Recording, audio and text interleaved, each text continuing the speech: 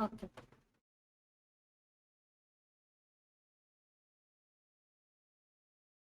Fine. So as we know, when we talk about the eukaryotic one, so we are talking about with respect to the nucleus. Prokaryotes और eukaryotes जो एक differentiation है, वो on the basis of,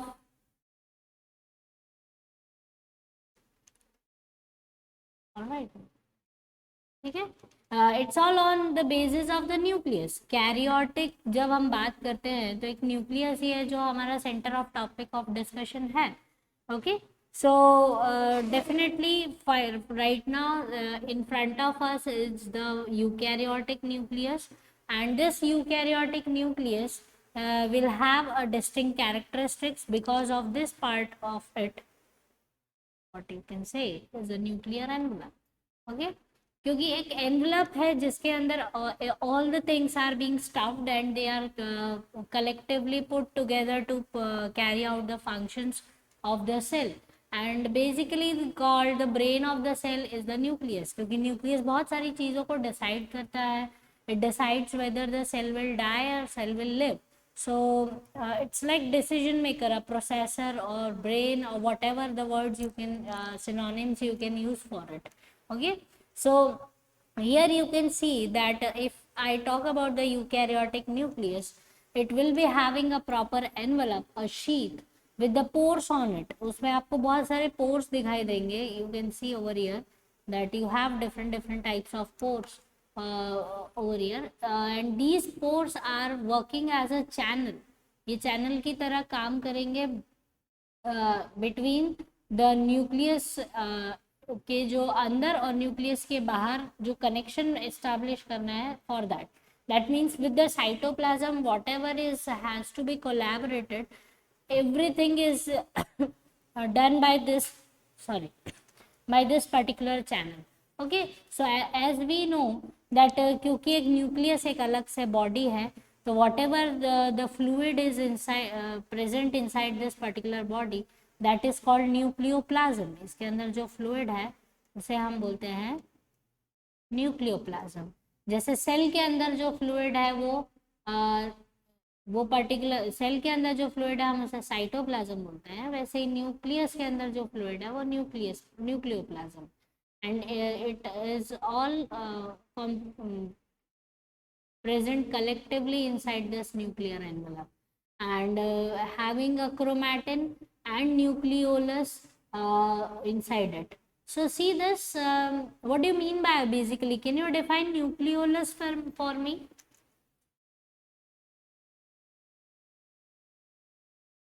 nucleolus क्या है?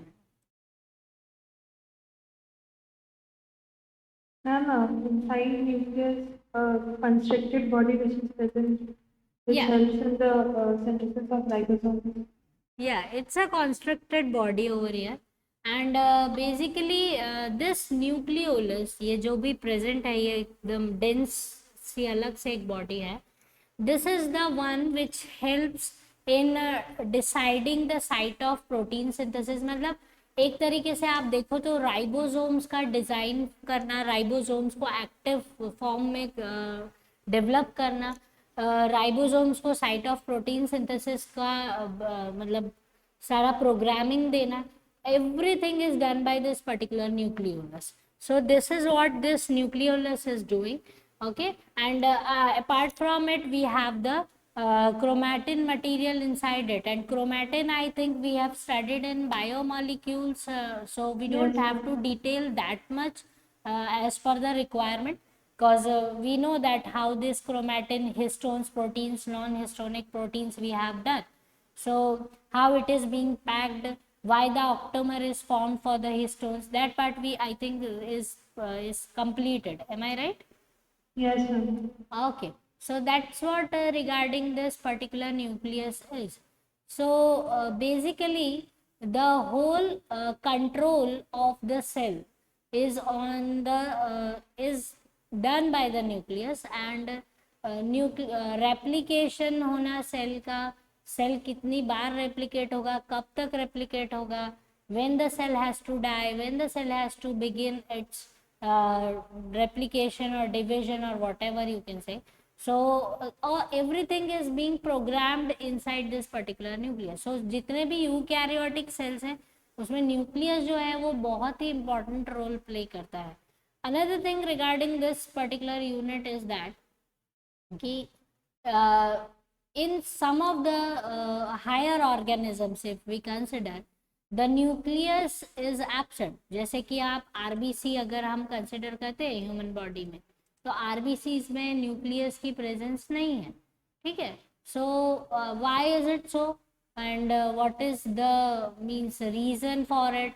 सो it's like the requirement for that particular cell is nucleus उसमें नहीं होता है. The reason is once these cells are born, they एक बार जब वो बनते हैं, once they are formed, they have to work for 120 days. They will be working like that. And I think you must be knowing that RBCs consist of Fe, iron. Yes. Okay. So this particular unit with globin, that means proteins, they are tend to work for a stipulated time only. क्योंकि उसके कुछ बाद मतलब after 120 days बाद the structure of protein is not that much intact, that वो stability जो है वो लूज करता है. That's why after 120 days it will down and the new RBCs will be formed from your bone marrow and all that, and they will be working accordingly. So वो जो replacement का format है वो लगातार चलता रहता है. RBCs डिवाइड नहीं होते हैं. Similarly you must have seen that neurons या नर्व सेल्स अगर हम बात करें तो they are once formed inside your body when you were developing inside your mother's वर्म. once they are formed they will not be going for the division in your life. हम ये सब चीज़ हमको समझ जाए कि न्यूरॉन्स कभी भी डिवाइड नहीं होते. नो मैटर उनके पास न्यूक्लियस है, साइटोन है, सेल बॉडी है. आपने अगर स्ट्रक्चर पढ़ा है कि you they have the dendrites like this and in the centre they have साइटोन with the nucleus and miscels granules and all that, then they have axons. तो ये कभी डिवाइड नहीं होते. डिवाइड क्यों नहीं होते या डिवाइड क्यों होते हैं दैट पार्ट नेक्स्ट चैप्टर हमारे आंसरेबल है उस चीज़ को. I will just give you one hint over here that hold on.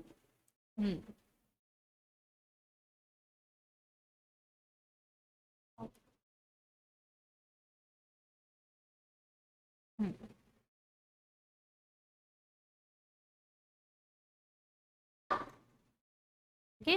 तो एक्चुअली जब हमारा सेल डिवाइड होता है, whenever any of the cell is dividing it has some particular phase. वो एक प्रॉपर चैनल के थ्रू डिवाइड होना decide करता है. इट्स नॉट लाइक कि अभी मन है डिवाइड होने का तो it will start dividing. It is not so. Okay, so cell will undergo a type of phases for division. So we know that cell division जो है वो mitosis और meiosis है. That part we know. दो type के cell division है. लेकिन cell को माइटोसिस करना है, मियोसिस करना है, उसके पहले वो कुछ प्रिपेयर करता है. तो वो एक पर्टिकुलर फेज है जिसको हम बोलते हैं interphase.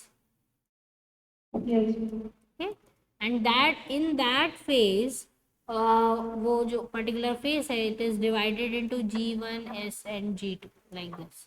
Growth phase, synthesis phase, this is how it is being divided. Now see this. Actually अगर हम किसी भी सेल की एक साइकिल को कंसिडर करते हैं तो इंटरफेस जो है वो एक बहुत छोटा सा पार्ट है उसका. Rest of the thing is mitosis and meiosis और वही सब कुछ है. ठीक है. उसके बाद cytoplasm division and all that, cytokinesis. So that part you should no. But this interface, ठीक है, साइटोकाइनेसिस के बाद जैसे ही नया सेल फॉर्म हुआ है उस नए सेल को अगर ये बैरियर वो इंटरफेस जो है वो क्रॉस कर लेता है तब तो वो माइटोसिस और मियोसिस कर पाएगा. ठीक है. बट अगर वो ये बैरियर जो है इंटरफेस वाला ये जो चैनल है उसको अगर क्रॉस नहीं कर पाता है तो the cell will be in the stagnancy. मतलब स्टेगनेंट रह जाएगा. वो कभी भी डिविजन शो नहीं करेगा.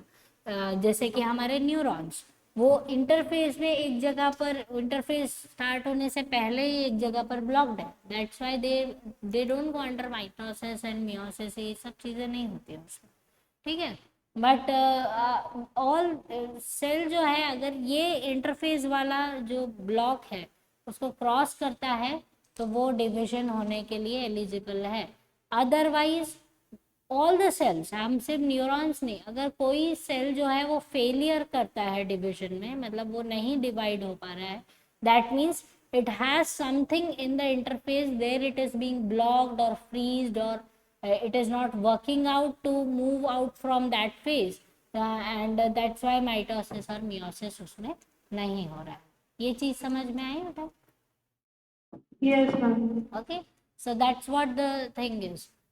It's like इंटरफेस जो है वो एक तरीके से बोलते हैं ना, एक प्रिपरेशन पीरियड है। जैसे कि अगर आपको, अगर कोई कुछ कुक करना है तो कुक करने के पहले आपको चॉपिंग, कटिंग, वॉशिंग और सब सारे मसाले, सब चीज़ें रेडी करना है, otherwise you will not be able to cook. आप सब कुछ ऐसे ही नहीं डाल सकते हो, ठीक है। And just this is the way it is being programmed. तो अगर ये वो फेज जो है वो उसे ब्लॉक कर देता है, तो बहुत सारे हमारे पास एग्जाम्पल्स ले सकते हैं हम, अपार्ट फ्रॉम न्यूरॉन्स बहुत सारी चीज़ें ऐसी हैं जो ऐसे कहीं पर बीच में अटकी हुई रहती है, they will not divide further. So that is what you have to understand regarding nucleus, and some of the examples of the cells in which the nucleus is not present. Is this part is clear to you? Yes, ma'am. Okay. Rest of the other things regarding chromatin. Sundaram, आपका तो biomolecule chapter नहीं हुआ होगा ना? No, ma'am. Okay, fine. The thing is regarding this chromatin material, we have already done chromatin portion, हम already पढ़ चुके हैं, that's why I am not proceeding with it. Is it clear to you? Yes, ma'am. Okay, and for you we will be managing once you just settle down, and we will be having something extra, then we will see how much we can just come up with the chapters which you have lost. Okay. Okay, ma'am. Okay. So let's see now, the next one is chromosomes. अच्छा, chromosomes जो है, okay, fine. So these are some the beautiful chromosomes over here. Okay, and this is the chart, the way it is being arranged. This is called karyotype. इसे हम बोलते हैं karyotype chart. ठीक है, ये जैसे कि आप देख सकते हो कि x और y लास्ट वाला जो पेयर है, ठीक है, it is regarding the male karyotype. इससे हमको आइडिया हो जाता है कि ये मेल, किसी जिसका भी सेल स्टडी हुआ है वो मेल है, ठीक है। So X and Y are there, and you can see long thread like structures, random है बहुत ज़्यादा, but what do you mean, अगर हम उनका डिटेल स्ट्रक्चर देखते हैं तो how does they look like, that part we have to see. So see this, first of all karyotype तो आपको पता है ना, karyotype word, this is called karyotyping. Can you see numbers are given, first pair, second pair, third pair, fourth, fifth. इसमें से एक जो है वो आपको आपके फादर से मिला है और एक जो है वो मदर से मिला है, ठीक है। So this is how you got your chromosomes. और देखो दोनों सेम है, फर्स्ट जो है वो दूसरे फर्स्ट के साथ पेयर कर रहा है, तो both of them are almost same structure wise. Can you see that similarities? So these are called homologous. ये homologous pairing, इसको हम homologous chromosomes की pairing बोलते हैं। Why it is called homologous?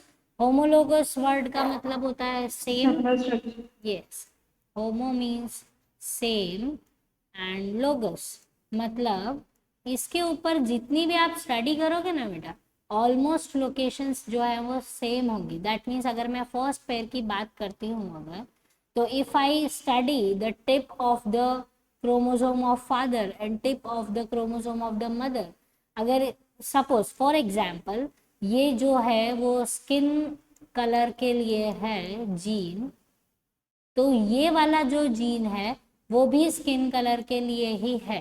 That is why both of them are called homologous chromosomes. ऐसे अगर हम पूरा ह्यूमन रेस देखेंगे ना बेटा, तो अगर फर्स्ट जो टिप है, if I am just giving, मुझे नहीं पता है कि वो स्किन कलर के लिए होता है या नहीं होता है, I don't know, because still decoding of human gene is not done.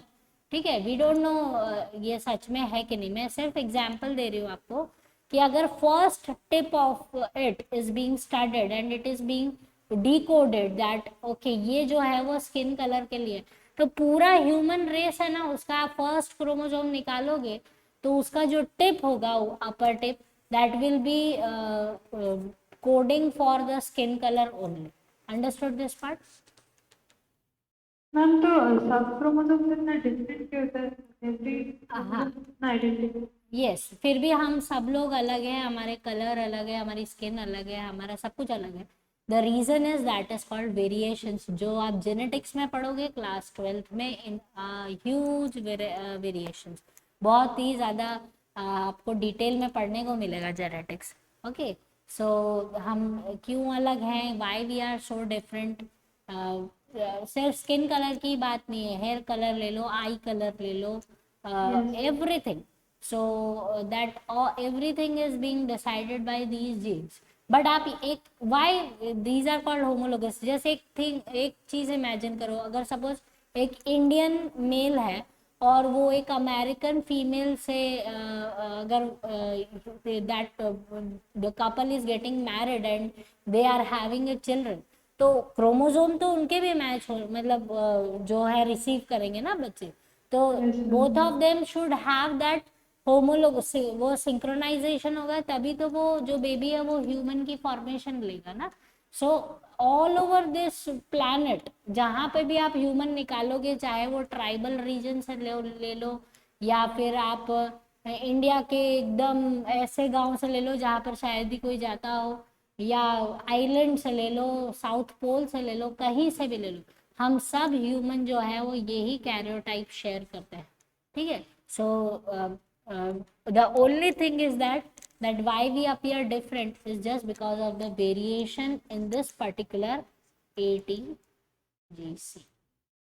ठीक है, ये जो हम 4 लेटर्स पढ़े थे बायोमोलिक्यूल्स में, adenine, thymine, guanine and cytosine, ये जो है ये ही इतने सारे वेरिएशंस क्रिएट कर रहे हैं कि we have millions of population and all of the us are completely different. Understood this? Yes, ma'am. Okay, so that is what regarding the karyotype is. Now see the structure of chromosome. अब हम chromosome पढ़ेंगे कि actually chromosome दिखता कैसे है। So see this part over here up. ठीक है, so these are the first of all the types, but the basic structure of chromosome, hold on, where that thing is gone. Sometimes I just lose my slides. I just don't know how to handle this particular machine. Okay, let me show you till then one more thing.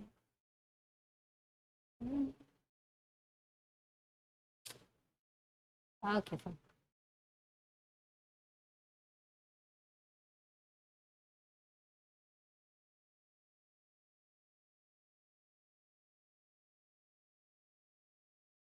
ये आपको picture दिख रहा है?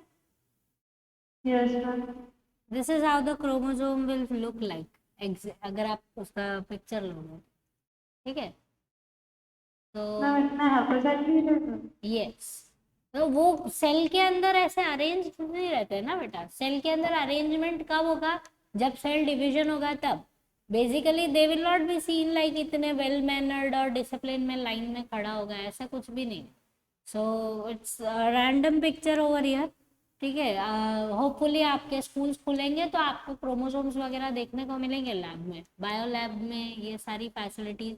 Chromosome study करना बहुत easy है और बहुत मज़ा भी आता है। ठीक है, so see this, okay, I don't know, single chromosome का ही मेरा चला गया है, बट अभी हम ये वाली picture, so see this classification of chromosome. ठीक है, तो बेसिकली मैं आपके लिए पहले क्रोमोसोम ड्रॉ करके आपको समझा देती हूँ।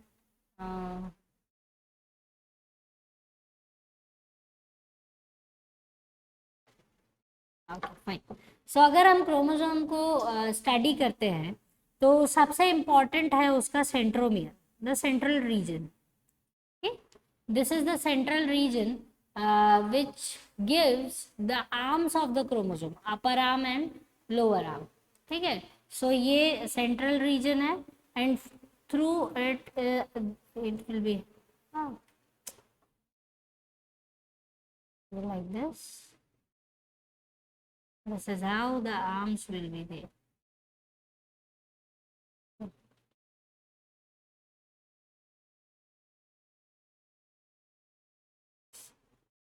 ठीक है, तो ये बेसिक स्ट्रक्चर है क्रोमोसोम का।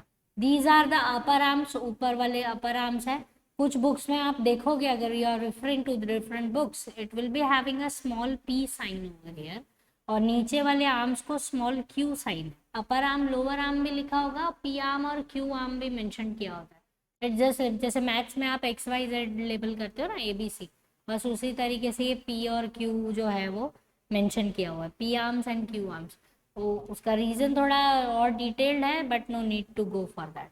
सो p arm and q arm, p is for the upper one, q is for the lower one, and this central one, जो ये central unit है, that is called centromere। इसे हम बोलते हैं centromere। Okay, now see this, ये जो पूरे आर्म्स हैं, इट विल बी डेफिनेटली वो पूरा कॉइल्ड डीएनए है, द हेलिक्स। ये आर्म्स जो है वो हमने क्रोमैटिन स्ट्रक्चर में पढ़ा था कि एक्चुअली ये कॉइलिंग कैसे होता है और कैसे क्रोमोसोम फॉर्म्स हो। तो ये जो आर्म्स हैं basically it's a heavily coiled DNA. ठीक है, तो ये भी पूरा कॉइल्ड डीएनए है, all these things are heavily coiled DNA. But see this particular region, that means centromere, ये जो है इसके ऊपर कोई किसी भी टाइप के डीएनए का ओवरलैपिंग नहीं, यहाँ पर कोई डीएनए की प्रेजेंस नहीं है। ये एक इंडिविजुअल प्रोटीन यूनिट है। ठीक है, और इसके ऊपर किसी भी डीएनए की कॉइलिंग या प्रेजेंस या फ्रैगमेंट सिचुएटेड कुछ भी नहीं। डीएनए यहाँ से कॉइलिंग शुरू करेगा, it will end over here, similar for this arm, similarly for this arm. This region is devoid of the DNA portion. Is this part is clear to you? Yes. Okay, and one more thing what you can see over this particular chromosome is you will have one screw like structure over here. Okay, ऐसे screw like structures होते हैं that will help in splitting up the DNA. ठीक है, वो DNA को जब split करता है, ये सॉरी क्रोमोसोम जब स्प्लिट करता है, तब ये दो जो स्क्रू लाइक यूनिट है उसको हेल्प करता है for the splitting. Actually it is not being, ठीक है। So see this particular unit is called kinetochore. ठीक है, इसे काइनेटोकोर, वो स्क्रू वाला, yes, the screw unit is called kineto। ठीक है, so this is how it is being designed। now see the whole picture of this। कुछ chromosomes होते हैं, कुछ स्पेशल क्रोमोसोम्स होते हैं जिनके ऊपर आप एक स्पेशल यूनिट और देखोगे ऐसे। ठीक है, तो these are called, yes, these are called the satellites। ठीक है, ये एक पर्टिकुलर टाइप ऑफ डीएनए में ही क्रोमोसोम में प्रेजेंट रहेंगे। These are called satellite unit. Why these are differentiating, ये सबसे पहले तो एक पर्टिकुलर टाइप ऑफ क्रोमोसोम को डिफरेंशिएट करते हैं, and what they are functioning actually, that part we will see in this when we will study the types. अब एक और चीज देखो बेटा, ये जो है एक पूरा क्रोमोसोम है। ठीक है, अगर मैं क्रोमोसोम इस तरह से ड्रॉ करती हूँ, if I am drawing like this,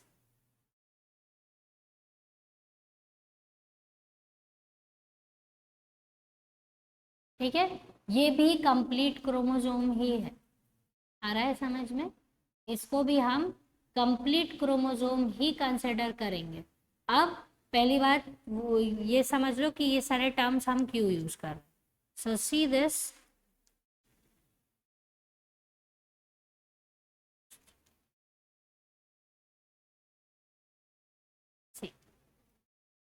homologous chromosomes मतलब होमोलोगस क्रोमोसोम्स वो हैं जो एक फादर और एक मदर से मिला है हमको। So that will be the homologous. सो ये जो है मैंने ड्रॉ किया है, ये होमोलोगस क्रोमोसोम्स, ठीक है। अब अगर मैं इसके सिर्फ सिंगल आर्म के लिए बात करती हूँ, that means this much region, ठीक है। That means if I am dividing this particular thing into half, ये जो पोर्शन है, ठीक है, तो ये और ये क्या है, सिस्टर क्रोमैटिड्स। इनको हम क्या बोलेंगे, सिस्टर क्रोमैटिड। हमेशा याद रखना, होमोलोगस क्रोमोसोम्स होते हैं और एक ही क्रोमोसोम के दो आर्म जो होते हैं वो सिस्टर क्रोमैटिड्स होते हैं। अच्छा, ये सिस्टर क्रोमैटिड का मतलब क्या है, एक्चुअली ये जो पोर्शन फॉर्म हुआ है सिस्टर वाला, ठीक है, ये पूरी तरह से इसका कार्बन कॉपी है इस वाले पोर्शन का, ठीक है। So this one is being copied and exact उसका सिमिलर उसका डुप्लीकेशन हुआ है, and this is called, this arm is being form, that is called sister chromatid. ये क्यों फॉर्म हुआ है, that we will learn in the cell division, क्योंकि आपको उसमें G1 G2 और S फेज पढ़ोगे, तब you will learn that how the duplication of DNA will be is there. So जो DNA का डुप्लीकेशन होने वाली बात है, at that time this particular arm will be form. So अगर मैं इस तरह से ये वाला पोर्शन ड्रॉ करती हूँ तो ये भी पूरी तरह से क्रोमोसोम ही है, इसका डुप्लीकेट फॉर्म होगा तब सिस्टर क्रोमैटिड्स की फॉर्मेशन होगी। ये चीज समझ में आई आपको? मैम बट सिस्टर क्रोमैटिड नहीं होगा, फिर भी कंप्लीट क्रोमोसोम से कह सकते हैं। Yes, it's a complete chromosome, क्योंकि आप जस्ट एक चीज इमेजिन करो कि अगर सपोज यहाँ पर ए जीन है यहाँ तक, ठीक है, Yes. ये जो पूरा है वो ए जीन है, तो इसका जो कार्बन फॉर्म हुआ है इस जगह पर, ये भी ए जीन ही है, Yes. ये कोई अलग कुछ नहीं है, बस डुप्लीकेशन हुआ है डीएनए का। और वो क्यों डुप्लीकेशन हुआ है, क्योंकि उसको सेल को डिवाइड करके देना है ना, पूरे सेल्स को डिवीजन, क्योंकि माइटोसिस करेगा, मियोसिस करेगा, तो जो नए सेल्स फॉर्म हो रहे हैं उनको डीएनए डिस्ट्रीब्यूट कैसे करेगा, खुद को तोड़ के तो नहीं करेगा, उसके पास डुप्लीकेट कॉपीज होगी तभी तो वो सबको डिस्ट्रीब्यूट करेगा ना बेटा, Yes. ठीक है। तो वो अभी हम पढ़ेंगे सेल डिवीजन में। तो बस इसी की वजह से ये एक और आर्म का प्रोडक्शन हो रहा है, otherwise this much portion is also called chromosome. इसे भी क्रोमोसोम बोलेंगे, इसे भी chromosome. Understood this? Yes. Madam. Okay, so these are two are sister chromatids और इन दोनों को आप बोलोगे होमोलोगस। सो एग्जाम में कंफ्यूज नहीं हो, ठीक है, sister chromatids and homologous. So this much is there regarding this. Now see, on the basis of centromere, ये centromere जो है उसकी पोजीशन जो है वो चेंज हो जाती है और उस बेसिस पे 4 टाइप्स ऑफ क्रोमोसोम्स की जनरेशन हो, प्रोडक्शन होती है। See, so these are the 4. I think the picture is clear to you, beta? Ma'am, bit hazy. Bit hazy, na? Just hold on. Have another one also. Oh, I think this one is more clear. This one is clear, I think, है ना? Yes. Okay, fine. So,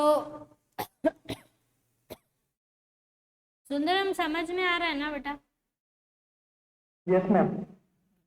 Fine.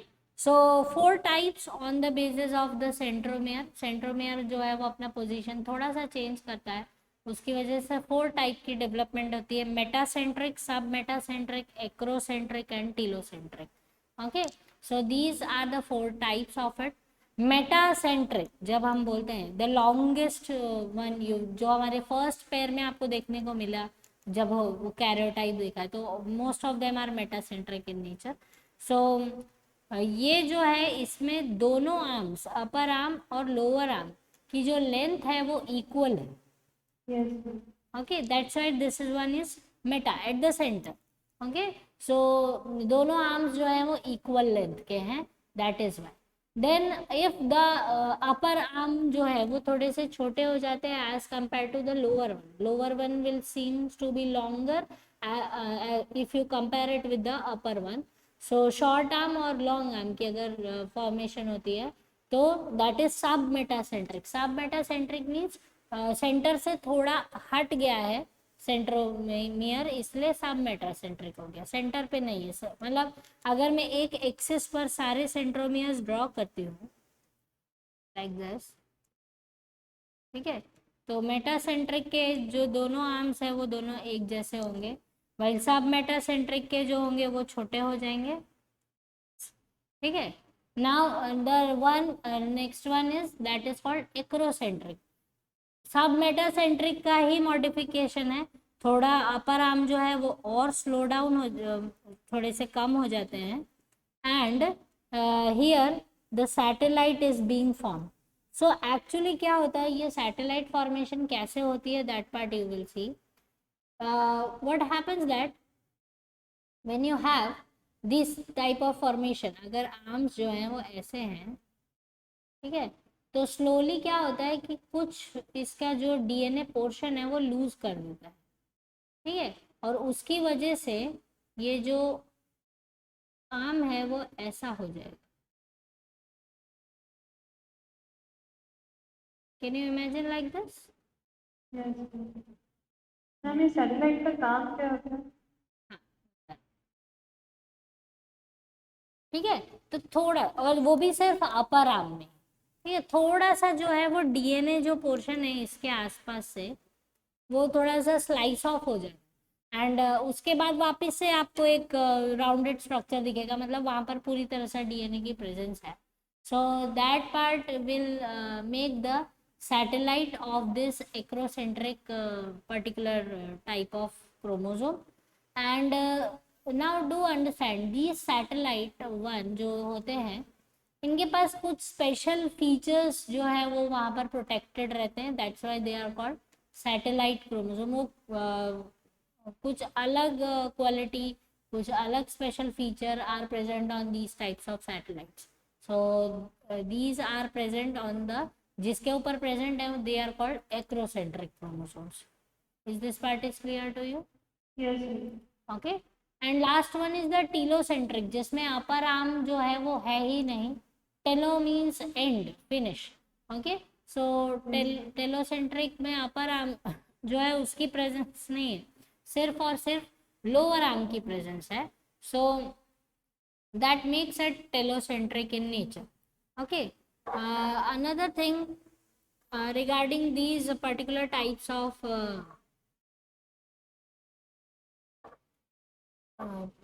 what you can say is chromosome. So chromosome is the one, name उसको इसलिए मिला है क्योंकि वो easily stand body है, उसको आप इजीली स्टेन कर सकते हो, ठीक है, and you can easily visualize this particular chromosomes under the microscope. जो आपका नॉर्मल स्टूडेंट माइक्रोस्कोप है स्कूल में, उसी में आपको देखने को मिल जाएगा, ठीक है। और दूसरी चीज़ ये है कि इसका एक प्रैक्टिकल है, अगर आप अभी प्रैक्टिकल बुक्स अपने थोड़ा बहुत देखते हो तो ओनियन रूट टिप का एक प्रैक्टिकल दिया होगा। मैम, देखा नहीं है। ओके, नहीं देखा है, कोई बात नहीं, but as I said practical book का डिस्कशन जो है आपका स्कूल खुलेगा तो फिर हम प्रैक्टिकल्स को भी डिस्कस कर लेंगे, ठीक है। सो द थिंग इज, जो ओनियन के रूट टिप्स होते हैं, अगर आपने कभी ओनियन देखा होगा तो उसमें से वाइट वाइट रूट्स की फॉर्मेशंस होती है, Yes. ये वाइट वाइट रूट टिप्स निकलते हैं उसके, तो उसकी जो टिप्स हैं उसको अगर आप कट करके और उसको थोड़ा सा ट्रीटमेंट देने के बाद अगर अंडर द माइक्रोस्कोप आप उसको ऑब्जर्व करोगे तो आपको बहुत सारी चीज़ें इजीली देखने को मिलेगी, स्पेशली द सेल डिवीजन के स्टेजेस है ना जो, वो सब आपको देखने मिल जाएंगे, मतलब प्रोफेज, मेटाफेज, एनाफेज, टेलोफेज, सब बहुत इजीली देखने को मिलेगा, बहुत इजीली आइडेंटिफाई भी आप कर सकते हो. सो there is a practical regarding this particular organelle in your book. Okay, so this is how it is being classified. And one more thing regarding the satellite DNA is that जो rRNA होता है ना बेटा, ribosomal RNA, Yes, ठीक ma'am. है, उसका जो synthesis है वो कैसे और कब और कितना सिंथेसाइज होगा, वो कमांड जो है वो ये सैटेलाइट डीएनए देता है. ओके, मैम मतलब उसका कमांड देता है सैटेलाइट. यस, इट ऑर्गन मतलब वो एक ऑर्गेनाइजिंग रीजन है जो ये आरआरएनए की सिंथेसिस करवाता है. दैट मीन्स ये जो न्यूक्लियस के अंदर न्यूक्लियोलस जो आपको देखने को मिलता है, न्यूक्लियोलस फॉर्मेशन और आरएनए की जो साइट है, वो ये सब कुछ सैटेलाइट डीएनए की वजह से. Okay ma'am. Okay, so that part you should understand regarding this. And another thing regarding this is that जो हमने ये कैरियोटाइप चार्ट देखा है,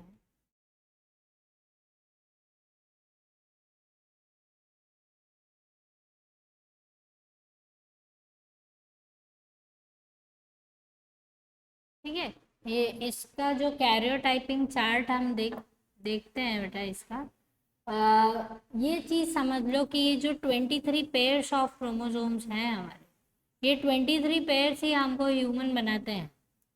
ये 22 भी ह्यूमन नहीं बना सकते हैं और 24 भी नहीं बना सकते, इतना याद रखो. So that's why these pairs of chromosomes are very important if you consider with respect to the genes, genetics, heredity, whatever. ठीक है, ये जो 23 पेयर्स हैं तो आप नॉर्मल हो, एक ह्यूमन बीइंग हो, अदरवाइज एबनॉर्मल हो और पता नहीं क्या. Got it? Yes ma'am. ठीक है, so that is what you have to understand.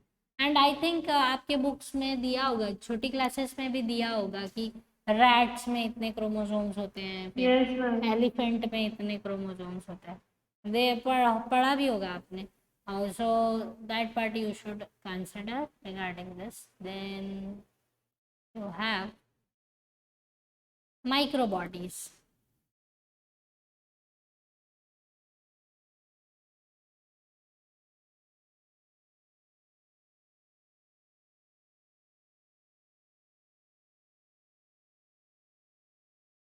Okay, so now you have the microbodies that you have to.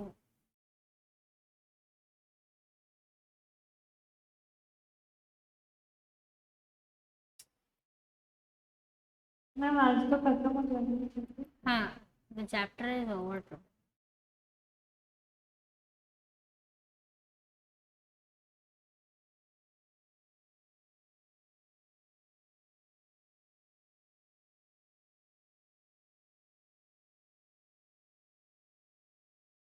Slide आपको ब्लैंक दिख रहा है बेटा? Ma'am white. वाइट है ना? I hate this technology sometimes, just don't know how to control it. Sundaram, आपको कोई doubts है बेटा अभी तक? No, ma'am. ओके, ये आ जा रहा है.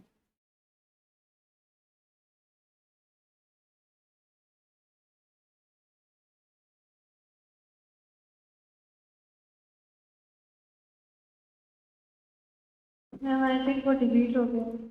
हाँ नहीं, मुझे यहाँ दिख रहा है बेटा, but I am not able to bring it up over here, that's what I am struggling.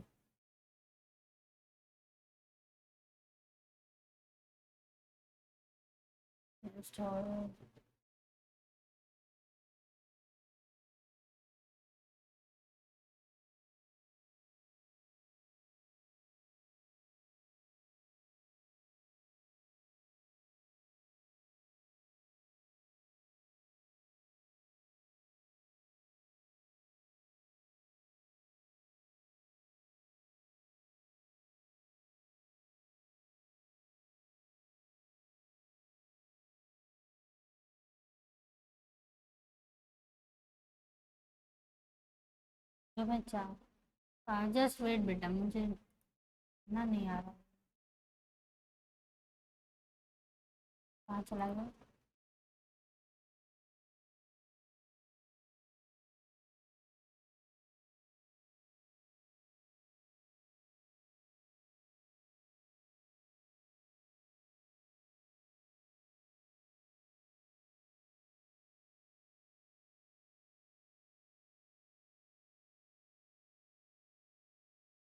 Ma'am आप लिख के बता दीजिए मतलब हाँ बेटा, वो ही करना पड़ेगा मुझे लगता है। All portion. Fine, so leave it. So let's see regarding the micro bodies. अब ये जो माइक्रो बॉडीज है ना बेटा, वो सबसे पहले तो बहुत ही स्मॉलेस्ट पार्ट है। हाँ, आ गया आ गया आ गया, ठीक है। Yes ma'am. हाँ आ गया। So these are the smallest parts of the cell, सबसे छोटी है। और सबसे इसकी जो what you can say the surprising thing regarding these micro bodies are they are the one of the latestly discovered regarding the cell। अभी तक इन पर कोई ध्यान ही नहीं दे रहा था कि ये एक्चुअली है क्या, ठीक है। So they are very small in size and they are membrane bound organelles हैं, बॉडीज हैं, एंड सिंगल मेम्ब्रेन बाउंड है बेसिकली, ठीक है। तो there are different types of them are there, peroxisome, glyoxysomes and glycosomes and all that. So they are all performing different types of functions. उसके आप word से ही समझ जाओगे कि वो क्या क्या फंक्शंस करते हैं। So basically that you should no. So peroxisomes, so these are the special type of microbodies responsible for H2O2. That is what the peroxide formula is, I think so. Yes ma'am. Okay, so H2O2 जो है वो हमारी body के लिए या plant body के लिए जो होता है वो पॉइजनस होता है, ठीक है। सो टू रिमूव दैट, मीन ये H2O2 को जो है स्प्लिट करके H2O और O ऑक्सीजन में उसको सिंगल मॉलिक्यूलर ऑक्सीजन में उसको स्प्लिट करना, ये पेरोक्सिसोम्स का काम है। So they are very important organelle because if you study with respect to the biochemistry you have, आपने क्रेब्स साइकिल और ये सब वर्ड सुने होंगे शायद क्लास यस 10 में। मैम। उसी के ही कुछ और लेटेस्ट साइकिल्स जो हैं उसमें one of the cycle is completely dependent on these peroxisomes. So they are very important for the plants and when you see them. So काम सिर्फ उनका हाइड्रोजन पेरोक्साइड को डील करना है, लेकिन they have to perform so many activities, metabolic activities, क्योंकि ये जो हाइड्रोजन पेरोक्साइड है once it is being formed और एक्यूमुलेटेड इनसाइड आवर बॉडी, उसके बाद जो क्या होगा, जितने भी चेन रिएक्शंस फॉलो होने चाहिए थे वो सभी के सब एक ही जगह पर ब्लॉक हो जाएंगे, वो कुछ भी फॉलो अप नहीं हो। सो ये पेरोक्सिसोम्स का काम है हाइड्रोजन पेरोक्साइड को रिमूव करना, ठीक है। उसी तरह ग्लाइकोक्सिसोम्स हमारे बॉडी में जो है बहुत सारी जगह पर जो स्पेशली ग्लूकोज को लेकर जितनी काम होती है ग्लायो, तो वो सारी परफॉर्मेंस देना जो है वो ग्लाइकोक्सिसोम्स का है। ग्लाइकोसोम्स जो हैं वो काम करते हैं लिपिड्स, प्रोटीन्स और फैट्स को सब एक्यूमुलेट करके एक साथ वर्कआउट करवाना। सो देर आर, आप कुछ और बुक्स रेफर करोगे तो स्फेरोसोम्स ऐसे भी नाम देखने को मिलेंगे, some are there like spherosomes are there, these types of words also you can come across। And एक दो साइंटिस्ट अभी जो लेटेस्ट डिस्कवर्ड है, आई डोंट थिंक सो वो नीट में इंक्लूडेड है या नहीं है, बट लेटेस्टली डिस्कवर्ड है, some of the scientist have discovered new micro bodies, they are not being included, but if you see the micro bodies, आप अगर नेट पे पढ़ोगे तो आपको कुछ साइंटिस्ट के नेम पे भी माइक्रो बॉडीज का नाम मिलेगा। सो एक और, they are very small membrane, जैसे वेसिकल्स होते हैं उसी तरीके की छोटी छोटी बॉडीज हैं और ये सारे मेटाबॉलिक फंक्शंस को परफॉर्म कर रही है। So that's why they are very important with respect to plants and animals. Is this part is clear to you? Yes ma'am. Okay, not much detail is there for microbodies according to NEET, I think you should just know of regarding their number, names Yes. and all that. Okay, so that much is enough. And for what you can say regarding peroxisome, that you will study once we will start with the biochemistry. So in that peroxisomes have a definite function, definite structure, means एक location है उसका कि वो कहाँ पर present है. At that time we will see them. So till then all these names are all okay and more than enough for your preparations. So these are called the microbodies. Now the so here we just finishes of the eukaryotic cell. Eukaryotic cell के जितने भी organelles थे सब थे वो जो है वो यहाँ पर ही वाइंड अप होते हैं. And the last I think I must have told you that prokaryote हम सबसे लास्ट में पढ़ेंगे. So prokaryotic portion of your from your textbook, that part we have to see because some of the terms are little bit थोड़ा सा difference है prokaryotes में. Nucleus जो है वो अलग टाइप का है. So these regarding ribosomes and inclusion bodies in prokaryotes. So we know 70S वाला राइबोसोम है इसके अंदर, ठीक है, in prokaryotes, and that is 50-30 unit के उससे फॉर्म होता है. Larger unit, subunit and smaller subunit. Okay, that ribosomes के उसके एक्सप्लेनेशन के time we have done this part. And site of protein synthesis definitely अगर prokaryote में है तो भी उनका काम प्रोटीन सिंथेसिस ही है. एंड जब एमआरएनए के साथ अटैच हो जाते हैं तो दे आर कॉल्ड पॉलीराइबोसोम्स और पॉलीजोम्स के नाम से भी आइडेंटिफाई किया जा सकता है उनको. Okay, so that part you should know. And then inclusion bodies specially for prokaryotes you have to understand, क्योंकि प्रोकैरियोटिक ऑर्गेनिजम्स में हमारी तरह कोई भी ऑर्गन सिस्टम या टिश्यू सिस्टम जो है इतना ज़्यादा वेल डेवलप्ड नहीं है. पहली बात तो ऑर्गन सिस्टम ही नहीं है, और जो टिश्यू हैं थोड़े बहुत अगर कुछ लोअर ग्रुप ऑफ ऑर्गेनिज्म है, they are not well program, they are not well functioning and all that. So inclusion body जो है वो इंडिविजुअली सेल के लिए डिज़ाइन है so that all the metabolic functions can be done accordingly. Okay, so they are also called storage granules. आप कुछ books में अगर नाम देखोगे तो स्टोरेज ग्रैन्यूल्स के नाम से भी इंक्लूजन बॉडीज को कंसिडर किया गया है. And they can store any random thing, जैसे कि इसमें नाम दिए हुए ना, फॉस्फेट ग्रैन्यूल्स, साइनोफाइसियन, मतलब ये पिगमेंट स्टोर कर रहा है तो साइनोफाइसियन हो गया. ग्लाइकोजन स्टोर कर रहा है, फॉस्फेट स्टोर कर रहा है, आयरन, सल्फर, मैंगनीज स्टोर करना है. हर एक चीज़ का एक अलग अलग स्टोरेज यूनिट है. So all of them are considered as inclusion bodies. And specially अगर वो गैस स्टोर करते हैं तो they are very much distinct in blue green.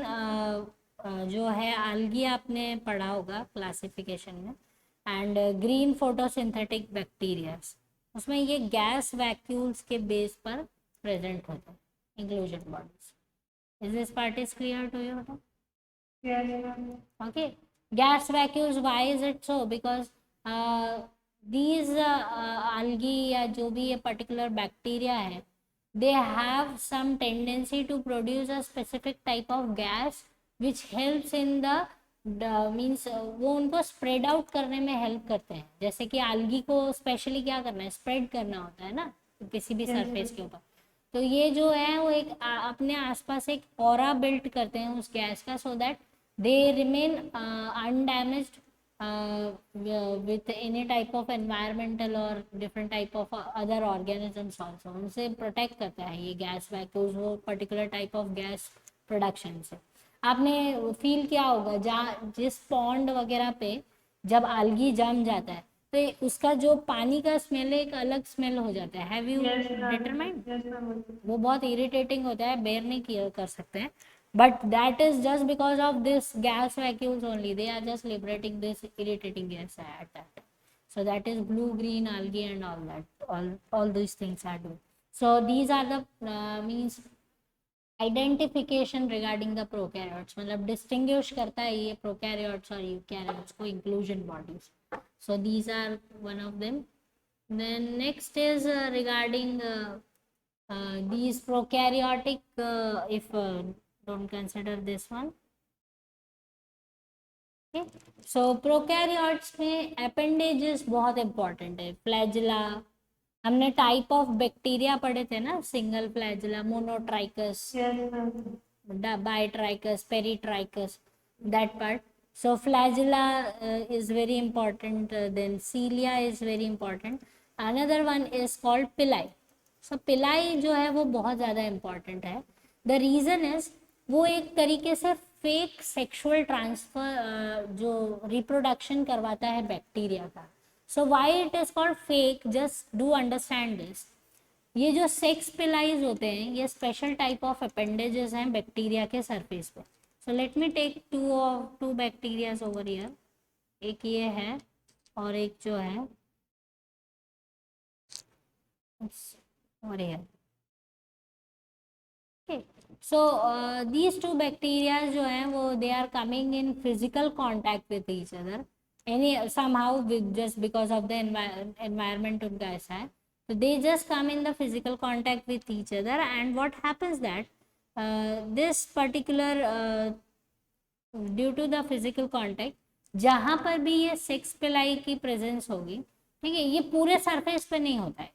only one area it must be there.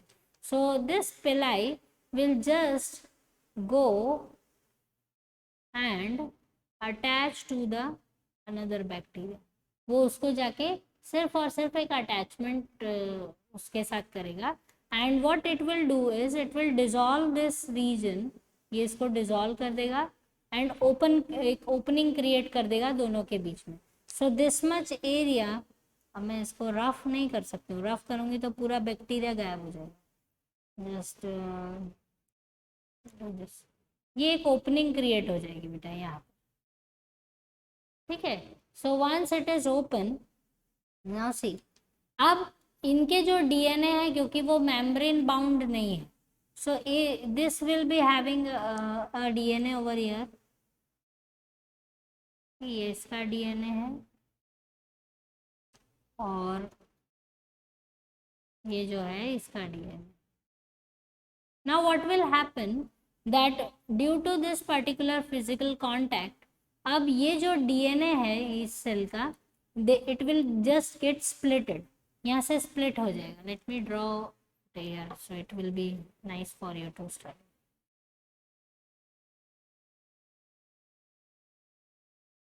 Ma'am appendages क्या होता है? Appendages यही जो सीलिया फ्लैजिला है ना, जो एक्स्ट्रा मतलब अटैचमेंट्स है, attachments. okay, they are called appendages. So this is how the opening will be there for both of them. Then what will happen, इसका जो डीएनए है वो स्प्लिट हो जाएगा and it will start rolling over here. okay, it will start rolling over here और वो क्या करेगा, जाकर इसके डीएनए तक पहुंचेगा एंड स्प्लिट करेगा इसको भी, और जाके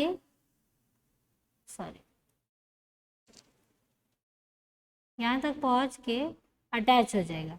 एंड इन वन रोल थोड़ी देर बाद क्या होगा, पिक्चर जो होगा हमारे पास वो ये होगा कि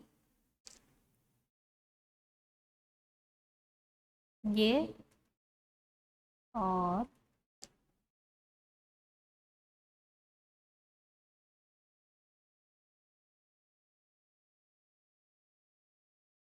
ये एक्स्ट्रा डीएनए अटैच हो जाएगा इस पर्टिकुलर दूसरे बैक्टीरिया के अंदर. सो अब क्या होगा कि जो डीएनए इसको मिला है, तो जो ये रेड वाले बैक्टीरिया की जो भी प्रॉपर्टीज थी, कुछ स्पेशल फीचर थे, वो इस पर्टिकुलर नए वाले बैक्टीरिया के अंदर आ जाएंगे just because of this particular contact. ठीक है, तो अब ये जो है, ये बैक्टीरिया के अंदर जो है इसका एक स्पेशल फीचर या कोई भी एक फीचर जो है वो ये गेन करेगा. जैसे कि सपोज मैं आपको एक एग्जांपल देती हूँ कि कुछ बैक्टीरिया होते हैं, जैसे कि सपोज इफ आई से ये रेड वाला जो बैक्टीरिया है, ये अपने आसपास एक पर्टिकुलर टाइप ऑफ कैप्सूल की डेवलपमेंट करेगा। ठीक है, कैप्सूल मतलब एक स्पेशल लेयर।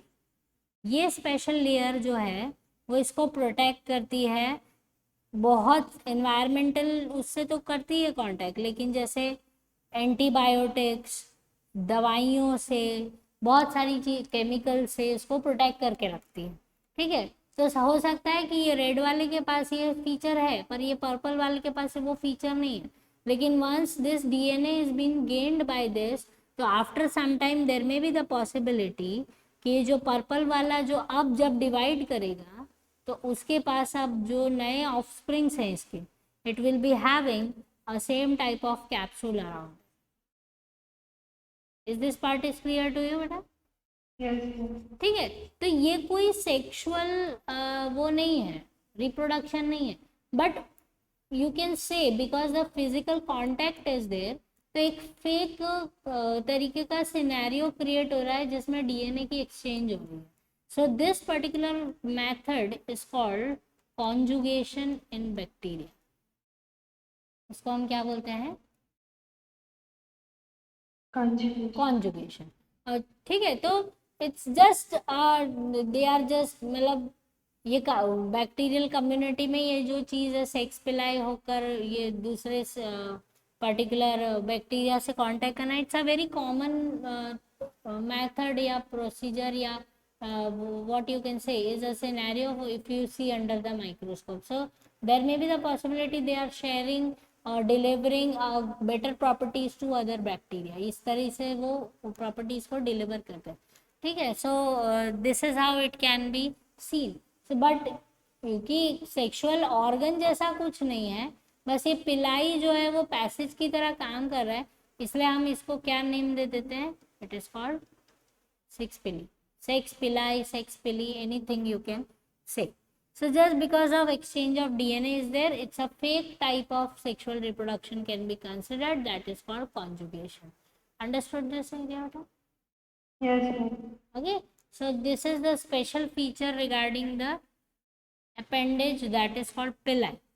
Pili का ये special feature है, and as I said appendages जो ये सब हम बात करें तो फ्लैजिला भी है इम्पॉर्टेंट, पिलाई इम्पॉर्टेंट है, cilia very important is there, and another thing regarding is there cell envelope, जो मैंने आपको बताया कि सेल एनवेलप जो है वो आसपास एक स्पेशल लेयर फॉर्म करता है जो बैक्टीरिया को रेजिस्टेंट बनाता है एनवायरनमेंट के अगेंस्ट, क्योंकि ये जो पूरा कवच प्रेजेंट होगा तो एंटीबायोटिक्स वगैरह का असर इन पर जल्दी होता नहीं है। और अच्छा, आपको एक और चीज़ बताती हूँ कि बैक्टीरिया जो है, ठीक है, वो खुद को मॉडिफाई कर सकते हैं एनवायरनमेंट के अकॉर्डिंगली। बहुत छोटा सा एग्जांपल देती हूँ, जैसे कि जब आपको पेट का इन्फेक्शन होता है, ठीक है, तो आप डॉक्टर के पास जाते हो, डॉक्टर आपको बोलता है कि 2-3 दिन ये वाला सिरप लेना और फिर बंद कर देना, उसके बाद मत पीना, बोलते हैं ये, Yes, ma'am. है ना? द रीजन इज, सपोज आपको जो आज जो एट प्रेजेंट अभी जो इन्फेक्शन हुआ है वो एक पर्टिकुलर ऑर्गेनिज्म की वजह से हुआ है, एक स्पेशल टाइप ऑफ बैक्टीरिया जो डॉक्टर ने आइडेंटिफाई कर लिया आपके स्टूल एनालिसिस की वजह से। अब आपको वो एक सिरप दे दिया है कि आप पी लो, ठीक है, तो फर्स्ट एनकाउंटर में तो वो इस बैक्टीरिया को वो ख़त्म कर देगा। ये बैक्टीरिया जो है वो एंटीबायोटिक जो है वो उसको नहीं वो कर पाएगा, झेल नहीं पाएगा और मर जाएगा। ठीक है ना, suppose again after some time आपके फूड हैबिट या आपके लाइफस्टाइल के हैबिट से हो सकता है कि फिर से यही एक बैक्टीरिया जो है वापस आपके अंदर घुस जाए।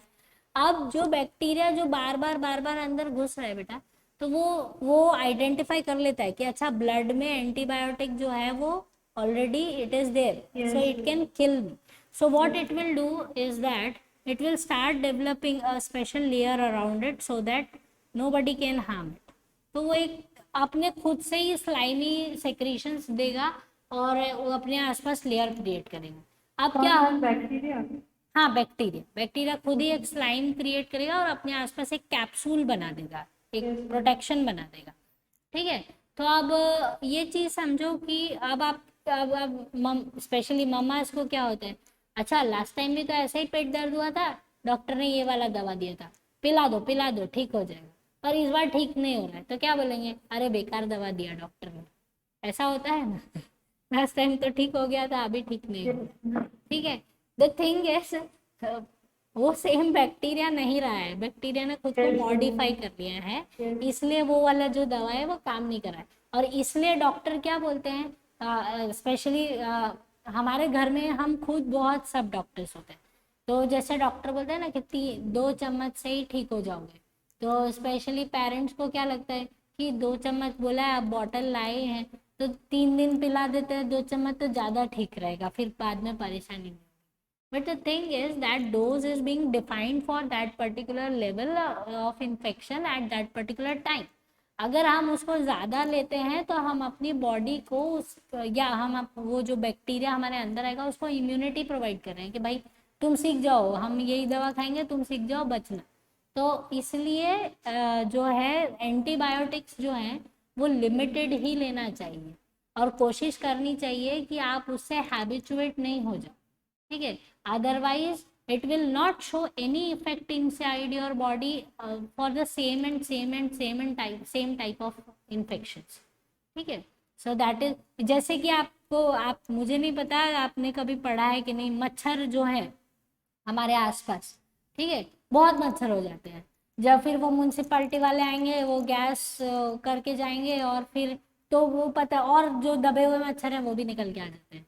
ठीक है, परेशानी क्या है, the reason is when this type of method in India was being introduced कि भाई ऐसे आप गैस को वो करोगे तो मच्छर भाग जाएंगे, तो फर्स्ट टाइम तो मच्छर भाग गए थे, सही हुआ था, बट बाद में जब मच्छरों को, Yes, sir, adapted. हाँ अडेप्टेशन हो गया, जब मच्छरों को कम बैक करना था तो they came back with the stronger immunity, उनको समझ में आ गया कि भाई ये गैस से हमको भागना नहीं है, भाई इस गैस से हमको बचना है, तो वो और खुद को अडेप्ट करके लाए। अब क्या है, और इंडिया में क्या है कि डेफिनेटली साइंटिस्ट ने दिया होगा कि 0.2 मिलीग्राम से काम चल जाएगा, लेकिन हमारे यहाँ 0.2 मिलीग्राम जैसा तो कुछ होता नहीं है, 1 चम्मच 2 चम्मच भर के डाल दो और स्प्रेड कर दो।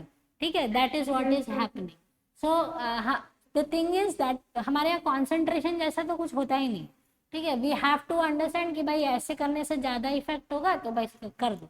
So that is what the thing is adaptation is. Similarly ये जो अपेंडेजेस हैं, कैप्सूल्स हैं, ये जो है सेल एनवेलप है, ये इसी तरह से बैक्टीरिया वगैरह के अंदर डेवलप होते हैं, स्पेशली प्रोकैरियोट्स जो हैं, इनका जो ये जो डीएनए है इसको हम बोलते हैं प्लाज्मिड। ये प्लाज्मिड जो है वो इतना इंटेलिजेंट होता है कि सारे स्पेशल फीचर देने के लिए वो सक्षम होता है। ठीक है, it is capable enough to provide a very special and different feature to the bacteria. So that is why this thing is important regarding prokaryotes. And what you can say is that जैसे other parts, बाकी सब चीज़ें जो हैं वो same है, envelope जो हैं थोड़े बहुत डिफरेंस होते हैं, अगर आप इसको पढ़ते हो सेल मेम्ब्रेन वगैरह, तो प्रोसीजर वही है, osmosis, diffusion, endosmosis, exosmosis, endocytosis, exocytosis, वो सारी परफॉर्मेंस होगी, बस द लेवल ऑफ थिकनेस में differ, the level of percentage of the lipid bilayer में differ, that is a basic difference regarding the prokaryotes. Is this part is clear to you? Yes. ठीक है, so this is how it is being working. ठीक है, Sundaram clear हो रहा है बेटा? Yes, ma'am. Okay, so this is what you have to study. Anything else you want to ask me?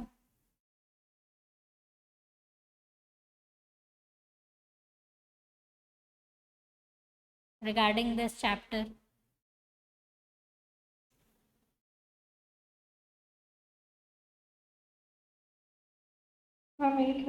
Yeah, just go through the portion of the prokaryotic description भी एक बार देख लो, Yes. and go through the microbodies also. If anything is there, just let me know that you have not understood.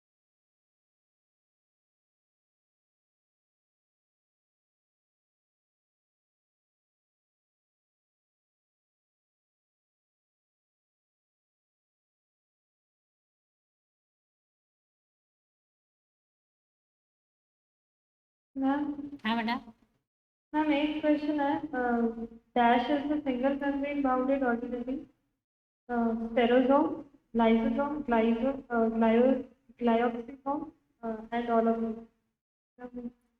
All of these are single membrane, all of them.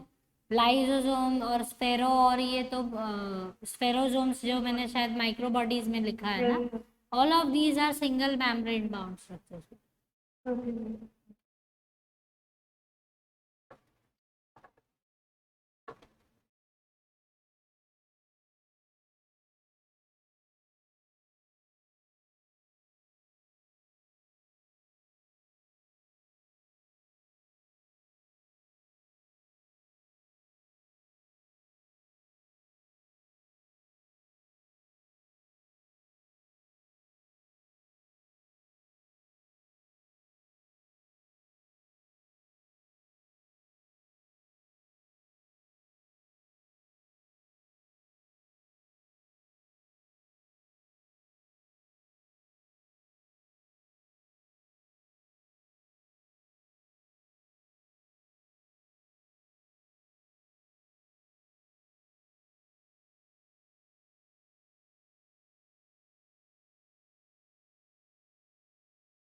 Yes, ma'am.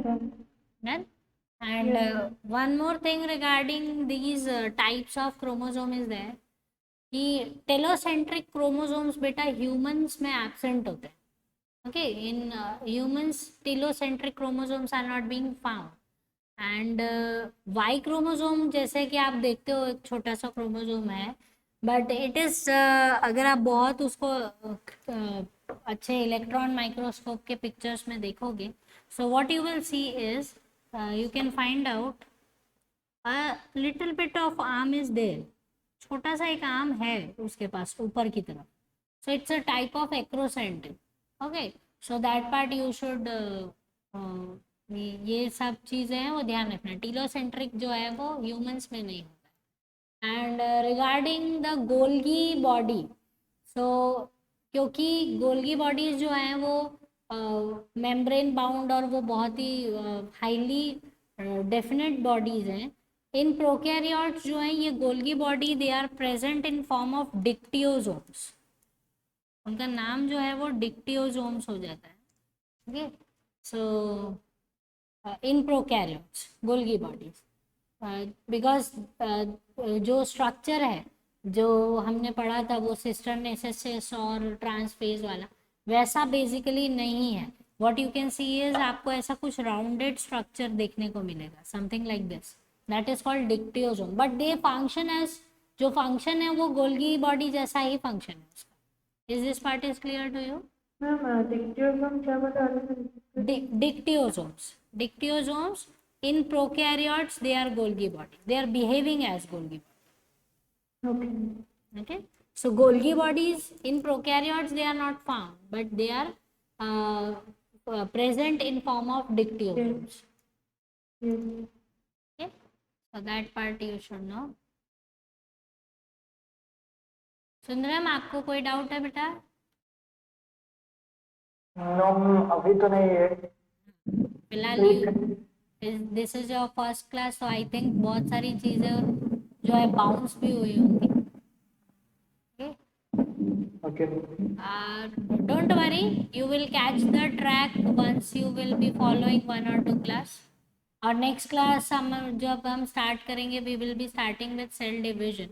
So I think that will be a fresh chapter for you. So you will be following it in a much better way as compared to the today's class. Okay ma'am. Fine, just description और अपने chapter के exercise को एक बार देख लो बेटा। अगर कोई कुछ भी ऐसा है जो नहीं समझ में आया, just let me know.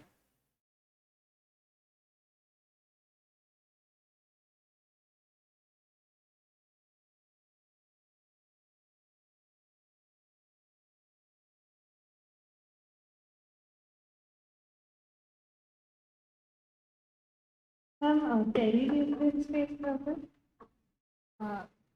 Come again बेटा। Ma'am, perinuclear space. let me write down what you are asking me. Ma'am, perinuclear space. Perinuclear. Nuclear, yes. Ma'am. Okay, perinuclear space. Okay, perinuclear space जो है ना बेटा, वो ये जो membrane है ना, न्यूक्लियस का जो मेम्ब्रेन है, Yes. ठीक है, और उसके बाद एंडोप्लाज्मिक रेटिकुलम वगैरह जो स्टार्ट होता है. सो if I say if this is a nucleus, if this is a cell and this is a nucleus, so the space between these particular organelles and nucleus, यहाँ पर जो स्पेस फॉर्म होती है, इसके बाद एंडोप्लाज्मिक रेटिकुलम की presence होगी ना. सो ये जो स्पेस है that is called perinuclear space. हाँ, मतलब एंडोप्लाज्मिक रेटिकुलम और न्यूक्लियर मेम्ब्रेन के बीच में. हाँ. Okay.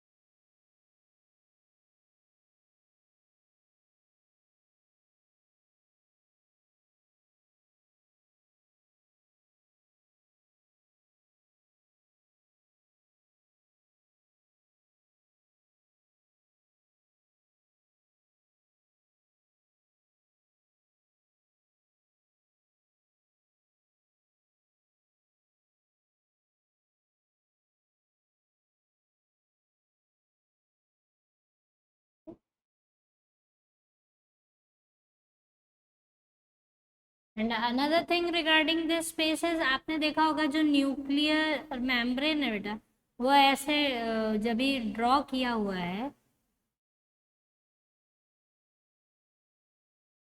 तो कई सारी बुक्स में जो है उसका ड्राइंग जो है वो ऐसे ऐसे किया हुआ है, देख रहे हैं आप? Yes, ma'am. एक्चुअली कई सारी बुक्स में ऐसे एक्सप्लेनेशन है कि ये जो मेम्ब्रेन ऑफ न्यूक्लियस है ये भी दो मेम्ब्रेन्स है, तो दो मेम्ब्रेन्स के बीच में भी कुछ space, that is called perinuclear space. Yes. Okay, basically ऐसा है कि जो न्यूक्लियस को साइटोप्लाज्म से अलग करता है, वो मेम्ब्रेन के आसपास जो स्पेस जनरेट होती है that is perinuclear space. And in some books it is being called that nucleus is double membrane structure, तो वो जो दो मेम्ब्रेन्स के बीच में जो स्पेस है that is Yes. Perinuclear. Okay, Yes. That is, and it's a very small space to get through it.